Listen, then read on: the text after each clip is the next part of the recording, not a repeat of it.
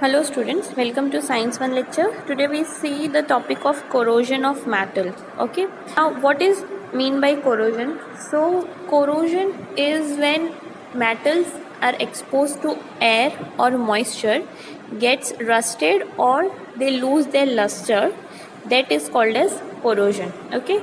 Now when do they get exposed to air? Because oxygen is present in air and it oxidizes the metal, so that is the reason they lose their luster, and this changing of metal is called as corrosion. All right, let's see an example. That iron pot, this is an iron pot made up of iron. Okay, when it reacts with oxygen which is present in air or water, okay, from air or externally, if it is in contact with this pot, if it is in contact with water and it is exposed to air, so what will happen? It will begin to rust. Okay, you can see a greenish layer which is formed. Okay, this blue green layer is nothing but the corrosion of the metal. Okay, corrosion of this metal when exposed to air or moisturizer, moisture or water. Alright, now how can we prevent this corrosion of metals? So metals, first of all, metals should be isolated from air. That means they should not be in continuous contact with air. Okay, now we have two ways to prevent corrosion. Now first is physical protection and second is chemical protection. Now the isolation of metal from air comes under physical protection. Okay, it should not be coming in contact with oxygen, that is air. Okay, next thing is we can paint it. Okay, we can paint a layer of paint or oil or grease or by plastic coating also. All right, then we have tin plating, which is covering of molten tin, then galvanizing, covering in molten zinc, then cathodic protection and electroplating. So these are some physical protection. Now let us see first galvanizing. Okay, what is galvanization or galvanizing technique? So in this process, they apply a protective zinc coating on the iron or steel bars to prevent it from rusting. Alright, so what happens? They apply a thin layer of zinc to prevent it from corrosion or rusting. So there are different, they go through different forms, different steps for this to be done. So what happens when this zinc layer is been applied to the steel iron bar? What will happen after some time or after many few years?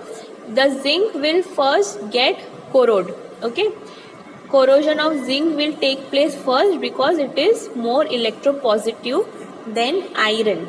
All right, so zinc will get corrode first. After zinc gets corrode, after few rainy seasons, you can say, or after few years, the inner iron will get exposed and then this iron will start to rust. So what happens? We are first greasing it with iron. We are first giving it a coat of zinc. That zinc, when that iron bar or steel bar will come in use, that zinc will first get corrode. That zinc will first start to rust, and then after few years, the inner, that is the iron bar, will start to rust. All right. The next is the process of tinning. Okay, now in this method a layer of molten tin is deposited on the metal. Okay, we also called it as, in Hindi it is called it as kalai. Okay, kalai is the word which is used in Hindi. So what do? They deposit a molten tin. Okay, molten tin, a layer of molten tin is applied. Now a greenish layer forms on the surface of copper or brass vessel. You must have seen this. Now this greenish layer is very poisonous. Okay, if somebody consumes food or somebody drinks milk or buttermilk in such a vessel, it will get spoiled. Now tinning is done to prevent all such damages.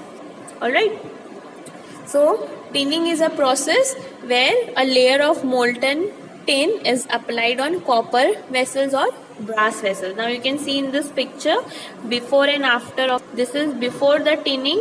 Okay, this picture is shown of a metal. It is a copper metal equipment or anything which is made up of copper.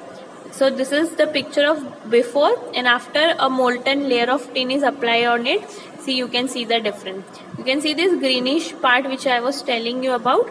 So if any metal, if any vessel is there which is made up of copper and it has greenish layer formed on it, and if somebody consumes food in that type of metal, the food will get spoiled and it becomes poisonous for that person. Alright. Now next type of preventing method of corrosion is anodization. Okay. Now in this method, metals like coppers, aluminium are coated with a thin and strong layer of their oxides by means of electrolysis. Now we have studied the process of electrolysis, right? Now for this, copper or aluminium article is used as anode. Okay. And as this oxide layer is strong and uniform all over the surface, it is useful for the prevention of corrosion of this metal. Alright, so aluminium or copper is used as the anode, and then with the help of electrolysis, anodization technique is done. Okay, so this makes it forms an oxide layer, a thick oxide layer on that metal, and that process is called as anodization. Next is electroplating. Now what happens in electroplating? It is a process in which metallic object is coated with another metal by electrolysis. So here also this method is called as electroplating. In this also electrolysis process is used, but what is happening? One metallic object is being coated with another metal. Okay, so this metal, less reactive metal is coated with more reactive element. That means if a metal which is less reactive, it will be get coated with a more reactive metal by the process of electrolysis. Alright, so silver plated spoons, gold plated ornaments are what? These are few examples of electroplating. The spoons may be made up of any simple metal. Okay, any metal which is less reactive, that means it can start to corrode easily. But silver plating, what happens? Silver is another element which is more reactive metal, right? It is a less reactive metal. Silver is a less reactive metal. So on that more reactive metal, silver will be coated, and then this will help in this will prevent the corrosion. Now the last type is alloying. Okay, so majority of the metallic substances used presently are in the forms of alloys. So it is one of the main intention of this method is to decrease the intensity of corrosion of metal. Now what happens in alloying? That homogeneous mixtures are formed by mixing a metal with another metal or non-metal in certain proportion. That means in a fixed proportion. Homogeneous mixture is formed. What we are mixing? We are mixing metal with other metals or non-metals in a fixed proportion.